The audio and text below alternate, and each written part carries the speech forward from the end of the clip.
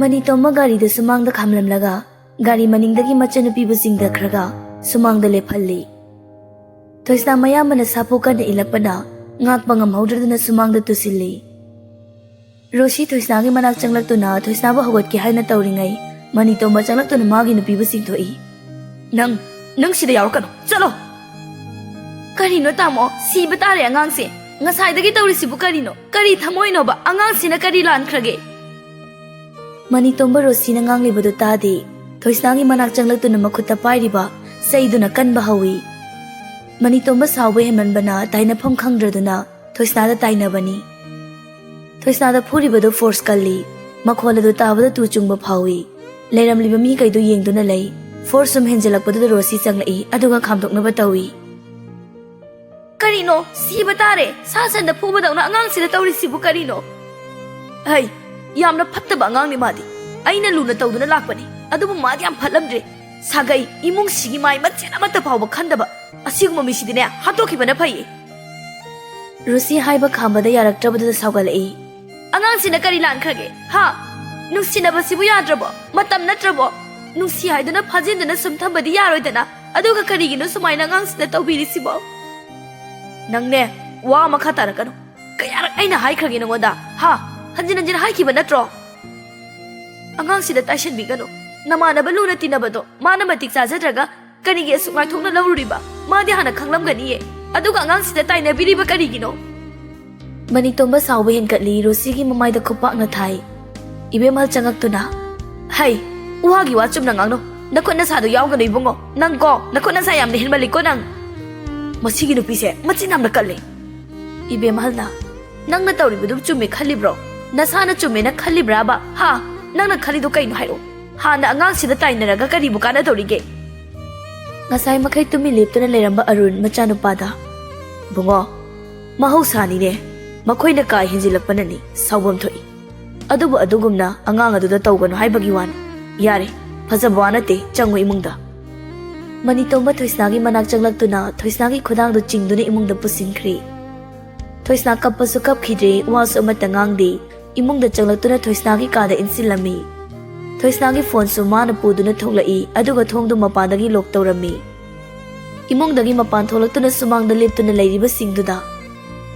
imungdagi mapan thoanganuma thoke hairabasu aiga chatkani atopuga chatpa yaroi asi hairamduna Manitoma sauna chatkri Arun su chatkri Sanal su gate thoki mafamda lehoribado nupi ahumdu khakta ngai hori leima leimai da phamtharai aduga hi launa kapi ibemhal manaw nupi gi nakana phamlaktuna themjinbirai leima karisu khalunu isa Ningol popai khoidine yamna lubani ne siksin bai base yamna darkar oibani paisa bai haiduna asumna tawbasidine iche ta singna yaningde makoi se soidana phangkhini nungai ba kai sungam loidana ai gi isa se ontongna pangkre dako asumna ahan bada khuti krabadi matung ta bada kari noira kadori basibo. Rosina idomcha nasadu chok thana uri patharo law bema chocho pathalo ibema da su yengbiramo ima chatlage asi hairam laga ibemal chatkhri. Roshi laima butapna hugat piduna imungda pusilai phamungdei phalam laga thoisna gi kada muk changlai. Thoisna gyan tadana laimai de hiptuna leirambadu ubada Roshi pakhatna chensili aduga makokte ising hapi ngayak adumna lei thoisna mamitu tabli pangai. Roshi pakhatna thoibi gyan tarabro inamana kaurisibo. Thoisna tai haibagi mawongda magokto nomlai se phamung sida oina hipsi lao ingani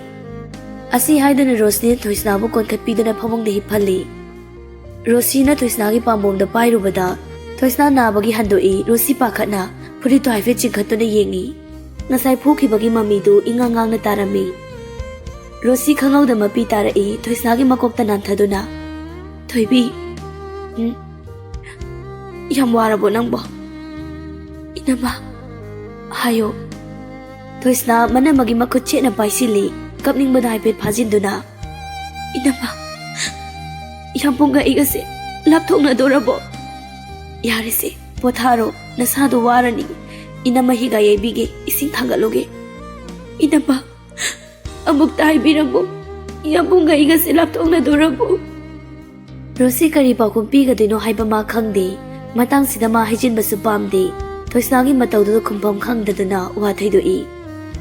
Thoibia se potharo ina mai sing sahaloge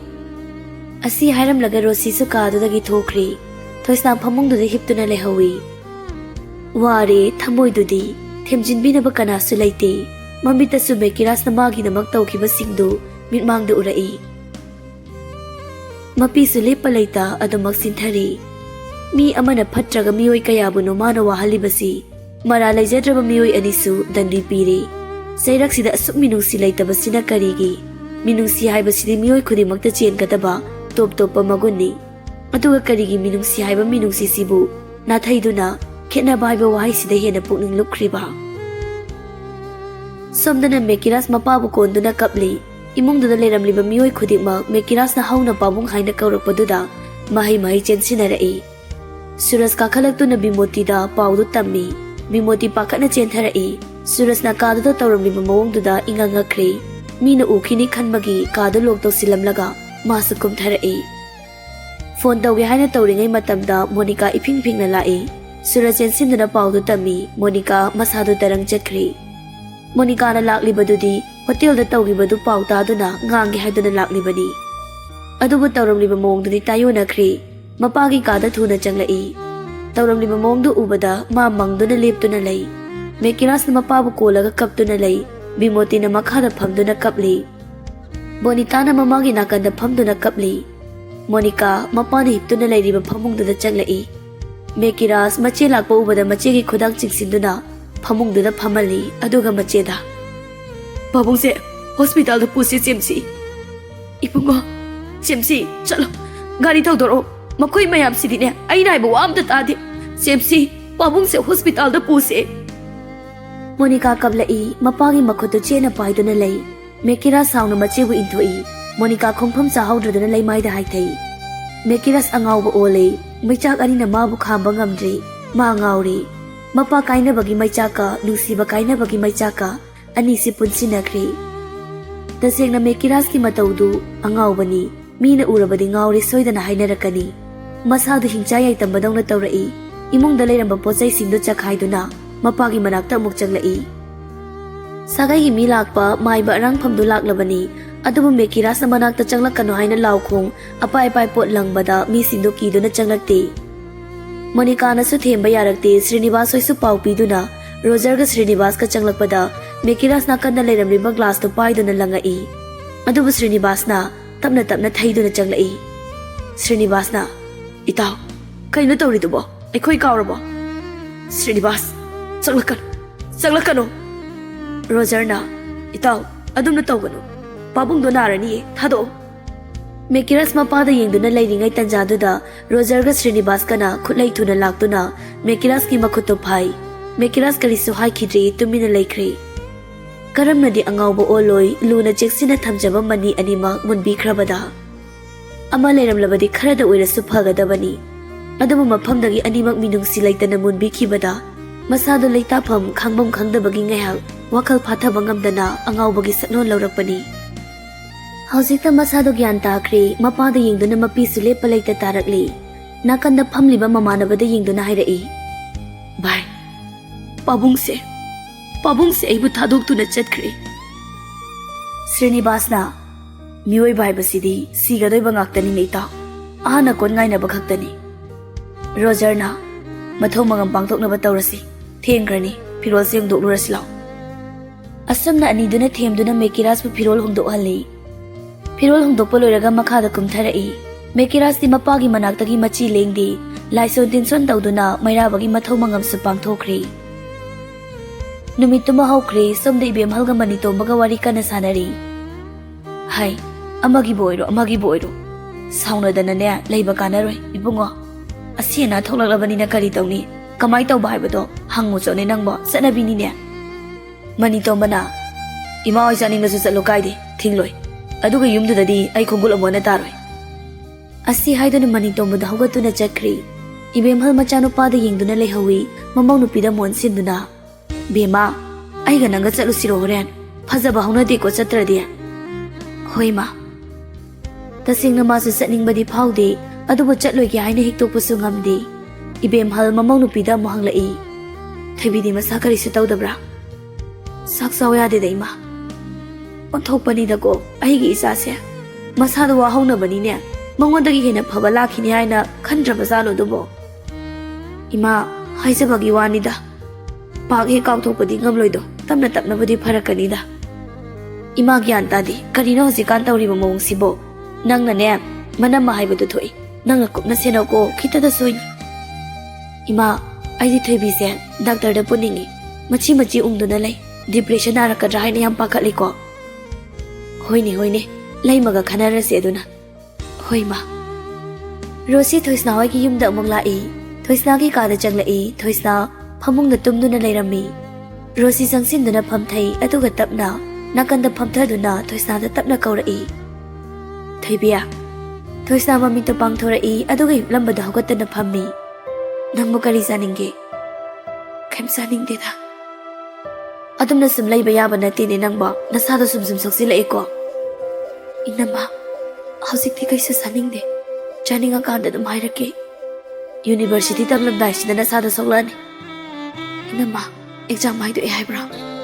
ꯇꯥꯃꯣꯅ ꯍꯥꯏꯗꯣꯛꯂꯅꯤꯅ ꯍꯥꯏꯌꯦ ꯍꯌꯦꯡ ꯍꯪꯆꯤꯠꯀꯨꯝꯕ ꯃꯥꯅ ꯑꯗꯨꯝ ꯂꯧꯖꯔꯁꯅꯤꯗ ꯅꯪ ꯀꯔꯤ ꯇꯧꯅꯤꯡꯒꯦ ꯍꯥꯏꯗꯨꯁꯨꯅꯦ ꯅꯣꯏ ꯇꯥꯃꯣꯗ ꯍꯥꯏꯔꯣ ꯑꯗꯨꯝ ꯏꯅꯝꯃ ꯍꯣꯏꯅ ꯐꯅꯤ ꯍꯥꯏꯕꯗꯨ ꯇꯧꯁꯤ ꯑꯩꯒꯤ ꯏꯆꯟꯁꯤꯗꯤ ꯉꯥꯎꯔꯦꯗꯅ ꯑꯄꯥꯝꯕꯗꯣ ꯍꯥꯏꯌꯨ ꯇꯥꯃꯣꯅ ꯇꯝꯍꯟꯅꯤ ꯍꯥꯏꯕꯅꯤ ꯅꯪꯒꯤ ꯑꯄꯥꯝꯕꯗꯣ ꯍꯥꯏꯌꯨ ꯃꯥꯁꯇꯔ ꯇꯧꯒꯦ ꯐꯔꯦꯁꯦ ꯅꯪꯅ ꯑꯄꯥꯝꯕꯗꯣ ꯑꯗꯨꯝ ꯇꯧꯔꯣ ꯑꯗꯣ DMUꯗ ꯇꯝꯒꯦ ꯍꯥꯏꯕ꯭ꯔꯣ ꯅꯠꯇ꯭ꯔꯒ MUꯗꯔꯣ MUꯗ ꯑꯗꯨꯅꯤꯗꯅ ꯐꯔꯦ ꯏꯅꯝꯃ ꯊꯕꯛ ꯂꯣꯏꯁꯤꯜꯂꯨꯈꯤꯒꯦ ꯂꯩꯔꯝꯃꯨꯀꯣ ꯑꯁꯤ ꯍꯥꯏꯗꯨꯅ ꯔꯣꯁꯤ ꯍꯧꯒꯠꯇꯨꯅ ꯆꯠꯈ꯭ꯔꯤ ꯊꯣꯏꯁꯅꯥ ꯏꯃꯨꯡꯒꯤ ꯊꯣꯡꯅꯥꯎ ꯑꯃ ꯂꯩꯕꯗꯨꯒꯤ ꯃꯄꯥꯟꯗ ꯆꯪꯂꯛꯇꯨꯅ ꯃꯄꯥꯟꯗ ꯍꯥꯏꯐꯦꯠ ꯌꯦꯡꯉꯤ ꯎꯔꯦ ꯎꯆꯦꯛ ꯑꯅꯤ ꯃꯀꯣꯟ ꯁꯥꯃꯤꯟꯅꯔꯤꯕꯗꯨ ꯎꯆꯦꯛ ꯂꯥꯕꯗꯨꯅ ꯄꯥꯏꯗꯨꯅ ꯃꯀꯣꯟ ꯁꯥꯅꯕ ꯄꯣꯠꯁꯤꯡ ꯄꯨꯔꯛꯏꯕ ꯃꯇꯧꯗꯨ ꯌꯦꯡꯕꯗ ꯌꯥꯝ ꯅꯨꯡꯁꯤ ꯊꯣꯏꯁꯅꯥ ꯑꯅꯤꯗꯨꯗ ꯌꯦꯡꯗꯨꯅ ꯃꯥꯁꯨ ꯍꯧꯈꯤꯕ ꯇꯥꯡꯀꯛ ꯑꯃ ꯅꯤꯡꯁꯤꯡꯉꯤ ꯁꯅꯥ ꯍꯥꯎ ꯅꯨꯡꯁꯤꯕꯁꯦ ꯀꯩꯅꯣ ꯈꯪꯗꯦꯗ ꯗꯤꯐꯥꯏꯟ ꯂꯞ ꯍꯥꯏꯅ ꯑꯦꯛꯖꯥꯝꯗꯒ ꯍꯪꯉꯛꯑꯗꯤ ꯅꯪ ꯀꯩ ꯈꯨꯝꯗꯣꯏꯕ ꯊꯣꯏꯁꯅꯥ ꯃꯦꯀꯤꯔꯥꯁ ꯍꯥꯏꯐꯦꯠ ꯌꯦꯡꯂꯒ ꯅꯣꯛꯂꯛꯏ ꯀꯩꯅꯣ ꯌꯥꯝꯕꯣ ꯍꯥꯏꯔꯛꯎꯅꯦ ꯈꯪꯗꯦꯕ ꯃꯦꯀꯤꯔꯥꯁ ꯊꯣꯏꯁꯅꯥꯒꯤ ꯇꯝꯄꯥꯛꯇ ꯍꯤꯞꯊꯔꯛꯇꯨꯅ ꯊꯣꯏꯁꯅꯥꯒꯤ ꯃꯈꯨꯠꯇꯨ ꯄꯥꯏꯗꯨꯅ ꯍꯥꯏꯔꯛꯏ ꯑꯩꯗꯤ ꯏꯔꯤꯉꯩ ꯂꯣꯏꯕ ꯅꯥꯏꯔꯣꯏ ꯅꯨꯡꯁꯤꯕꯁꯦ ꯀꯩꯅꯣ ꯇꯥꯛꯄꯗ ꯃꯣꯏꯅ ꯄꯤꯔꯛꯏꯕ ꯄꯦꯄꯔꯗꯣ ꯀꯣꯟꯅꯗ꯭ꯔꯗꯨꯅ ꯑꯦꯛꯁꯇ꯭ꯔꯥꯁꯨ ꯂꯧꯅꯤ ꯑꯦ ꯀꯔꯤ ꯏꯗꯣꯏꯕ ꯌꯥꯝꯕꯨꯡꯗꯤ ꯌꯥꯝ ꯂꯩꯅ ꯍꯥꯏꯔꯛꯑꯣ ꯇꯥꯒꯦ ꯅꯨꯡꯁꯤꯕ ꯍꯥꯏꯁꯤꯗꯤ ꯁꯩꯊꯥꯔꯤꯉꯩ ꯂꯣꯏꯕꯁꯨ ꯅꯥꯏꯔꯣꯏ ꯁꯅꯥ ꯃꯒꯨꯜ ꯌꯥꯝꯅ ꯂꯩꯕ ꯋꯥꯍꯩꯅꯤꯗ ꯍꯩꯔꯦꯗ ꯐꯥꯒꯤ ꯅꯠꯇꯦꯃꯤ ꯅꯪꯕꯣ ꯁꯩꯊꯥꯔꯤꯉꯩ ꯂꯣꯏꯕ ꯅꯥꯏꯔꯣꯏ ꯑꯩꯅ ꯏꯔꯗꯤ ꯑꯩꯒꯤ ꯄꯤꯛꯇ꯭ꯔꯨ ꯑꯩꯒꯤ ꯏꯁꯧ ꯃꯄꯤꯒꯤ ꯍꯥꯟꯅ ꯏꯗꯣꯏꯕ ꯑꯩꯕꯨ ꯏꯁꯧ ꯌꯥꯝꯅ ꯇꯧꯕꯩ ꯇꯥꯏꯞꯇ ꯃꯦꯀꯤꯔꯥ ꯁꯤꯠꯂꯝꯕꯗꯒꯤ ꯑꯃꯨꯛ ꯍꯧꯒꯠꯇꯨꯅ ꯐꯝꯃꯤ ꯑꯗꯨꯒ ꯊꯣꯏꯁꯅꯥꯒꯤ ꯃꯃꯥꯏꯗ ꯅꯨꯡꯁꯤꯅ ꯁꯤꯛꯑꯒ ꯍꯥꯏꯔꯛꯏ ꯅꯨꯡꯁꯤꯕꯅ ꯂꯣꯏꯔꯦ ꯇꯧꯔꯤꯁꯦ ꯁꯅꯥ ꯏꯁꯧ ꯍꯥꯏꯁꯤꯗꯤ ꯅꯨꯄꯤꯅ ꯂꯥꯡꯗꯧꯅꯤ ꯂꯥꯏꯅ ꯏꯁꯧ ꯍꯥꯏꯕ ꯀ꯭ꯋꯥꯂꯤꯇꯤꯁꯦ ꯅꯨꯄꯤꯗꯅ ꯍꯦꯟꯅ ꯌꯥꯎꯔꯣ ꯍꯥꯏꯗꯅ ꯊꯥꯔꯛꯂꯕꯅꯤ ꯑꯩꯗꯤ ꯁꯥꯎꯗꯦꯗ ꯅꯪꯅ ꯏꯁꯧ ꯃꯆꯥ ꯂꯥꯡꯉꯛꯄꯗꯨꯅꯤ ꯑꯩꯅ ꯌꯥꯝ ꯅꯨꯡꯁꯤꯔꯤꯁꯦ ꯅꯣꯡꯃꯒꯤ ꯏꯁꯧ ꯃꯆꯥ ꯂꯥꯡꯉꯧꯀꯣ ꯊꯣꯏꯁꯅꯥ ꯋꯥꯈꯜꯗꯣ ꯈꯟꯅ ꯃꯤꯠꯂꯨꯗꯒꯤ ꯄꯤꯔꯥꯡ ꯁꯤꯟꯊꯔꯛꯏ ꯃꯆꯤꯟꯗꯁꯨ ꯇꯞꯅ ꯁꯣꯜꯂꯤ ꯆꯍꯤ ꯀꯌꯥ ꯆꯪꯅ ꯁꯦꯝꯂꯛꯂꯤꯕ ꯃꯔꯤꯁꯦ ꯀꯩꯒꯤ ꯑꯁꯨꯛ ꯃꯤꯅꯨꯡꯁꯤ ꯂꯩꯇꯅ ꯊꯥꯗꯠꯄꯤꯔꯤꯕ ꯌꯥꯝꯕꯨꯡ ꯑꯩ ꯌꯥꯝꯅ ꯋꯥꯏꯌꯦ ꯑꯩ ꯍꯤꯡꯅꯤꯡꯗ꯭ꯔꯦ ꯅꯪꯒ ꯑꯁꯨꯝꯅ ꯄꯨꯟꯁꯤꯒꯤ ꯂꯥꯞꯅꯒꯗꯕ ꯑꯣꯏꯔꯗꯤ ꯑꯩ ꯁꯤꯅꯤꯡꯉꯦ ꯁꯣꯝꯗ ꯃꯦꯀꯤꯔꯥꯁꯨ ꯃꯥꯒꯤ ꯔꯨꯝꯗꯒꯤ ꯍꯦꯟꯗꯣꯛꯇꯦ ꯊꯣꯡ ꯂꯣꯟꯁꯤꯟꯗꯨꯅ ꯂꯩ ꯃꯥꯒꯤ ꯐꯃꯨꯡ ꯅꯥꯀꯟꯗ ꯐ꯭ꯔꯦꯝ ꯆꯟꯗꯨꯅ ꯊꯝꯂꯤꯕ ꯊꯣꯏꯁꯅꯥ ꯃꯕꯥꯅꯤꯒꯤ ꯑꯍꯥꯟꯕ ꯅꯝꯃꯤꯟꯅꯈꯤꯕ ꯐꯣꯇꯣꯗꯨ ꯌꯦꯡꯗꯨꯅ ꯐꯃꯨꯡꯗ ꯐꯝꯗꯨꯅ ꯂꯩ ꯃꯦꯀꯤꯔꯥꯁ ꯐꯣꯇꯣꯗꯨꯗ ꯌꯦꯡꯂꯒ ꯀꯞꯄꯤ ꯃꯆꯤꯟꯗꯁꯨ ꯇꯞꯅ ꯁꯣꯜꯂꯤ ꯁꯅꯥ ꯀꯩꯒꯤꯅꯣ ꯑꯩꯒꯤ ꯅꯥꯛꯇꯒꯤ ꯂꯥꯞꯊꯣꯛꯇꯨꯅ ꯆꯠꯈ꯭ꯔꯤꯁꯤꯕꯣ ꯑꯩꯕꯨ ꯀꯩ ꯑꯣꯏꯍꯧ ꯍꯥꯏꯕꯅꯣ ꯁꯥꯒꯠꯃꯤꯟꯅꯈꯤꯕ ꯃꯔꯤꯗꯣ ꯅꯪꯕꯨ ꯀꯥꯎꯔꯕꯣ ꯏꯐꯝꯗꯒꯤ ꯑꯁꯨꯛ ꯂꯥꯞꯅ ꯆꯠꯈꯤꯅꯤ ꯍꯥꯏꯕꯁꯤꯗꯤ ꯑꯩ ꯈꯜꯂꯨꯗꯕꯅꯤ ꯑꯁꯨꯝꯅ ꯊꯣꯛꯂꯛꯀꯅꯤ ꯈꯪꯗꯕꯅ ꯑꯩ ꯂꯥꯟꯊꯦꯡꯅꯕꯗ ꯀꯔꯝꯅ ꯂꯥꯟꯊꯦꯡꯅꯒꯅꯤ ꯍꯥꯏꯅ ꯍꯥꯟꯅꯗꯒꯤ ꯁꯤꯜꯍꯧꯗ꯭ꯔꯤ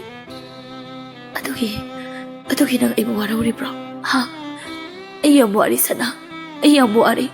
ꯏꯐꯝꯗꯒꯤ ꯂꯥꯞꯅ ꯆꯠꯈꯤꯗꯨ ꯀꯩꯗꯧꯕꯒꯦ ꯃꯔꯥꯜ ꯂꯩꯖꯗ꯭ꯔꯕ ꯊꯃꯣꯏ ꯑꯅꯤꯗꯣ ꯉꯁꯤꯗꯤ ꯑꯋꯥ ꯃꯩꯁꯥ ꯂꯥꯡꯂꯤ ꯅꯨꯡꯁꯤ ꯆꯩꯊꯦꯡꯁꯤ ꯑꯁꯨꯛ ꯃꯌꯥ ꯀꯟꯕ꯭ꯔꯥ ꯑꯁꯨꯛ ꯃꯌꯥ ꯀꯜꯂꯝꯒꯅꯤ ꯍꯥꯏꯕꯗꯤ ꯀꯅꯥꯅꯁꯨ ꯊꯥꯖꯔꯨꯗꯦ ꯆꯩꯊꯦꯡ ꯐꯪꯗꯕ ꯃꯤꯅ ꯑꯁꯨꯝꯅ ꯇꯧꯏ ꯍꯥꯏꯕꯗꯤ Kananasu khangloi. Khangning wasu pamkhidabani adubu lakli. Thung lari ngasidi mabani gi saruksu yaurakli.